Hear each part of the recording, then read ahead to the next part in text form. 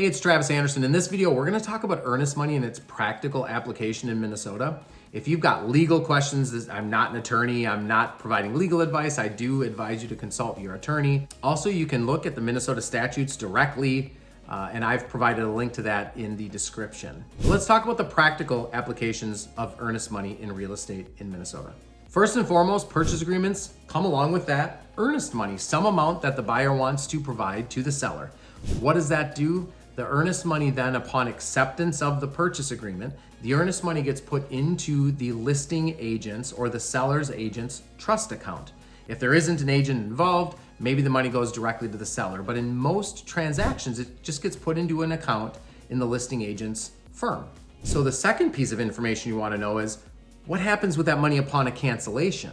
Well, in the event that the contract, the purchase agreement allows for the cancellation, so for example, an inspection or a mortgage contingency or a home sale contingency, something like that, and the purchase agreement gets canceled, most of the time, both buyer and seller sign the cancellation and the earnest money just gets refunded in whole to the buyer. Now, in rare instances, a seller could try not to cancel the earnest money and the buyer would have to sue the seller for that earnest money. Now, we as brokers and agents, we do have the understanding of the agreement and we do try to get our sellers to do the right thing. In the event that they choose not to, it becomes a legal matter between buyer and seller, and that's something that becomes important because we as agents have no control over that process. The third thing to understand is, what if a buyer chooses to cancel or wants to cancel, but they don't have the contractual right to cancel? Now that buyer has the power. The seller may not want to sign the cancellation, but they have a contractual reason for not wanting to sign the cancellation. But what happens? We as agents can't put that home back on the market until an agreement is signed by both buyer and seller. A cancellation agreement specifically in this instance, and the earnest money then becomes completely negotiable. Whatever we can agree on to get buyer and seller to sign that cancellation agreement, we can put the home back on the market, and then the earnest money might be retained wholly by the seller, might be retained wholly by the buyer, might be split 50-50, 70-30, what have you.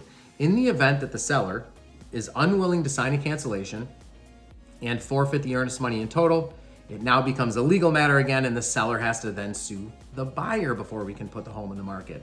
So practically speaking, earnest money is hard to keep if you're a seller. That's just the reality. If you want to put your home on the market and keep it on the market and sell it to someone else that's not going to cancel, unfortunately, you might have to sue them.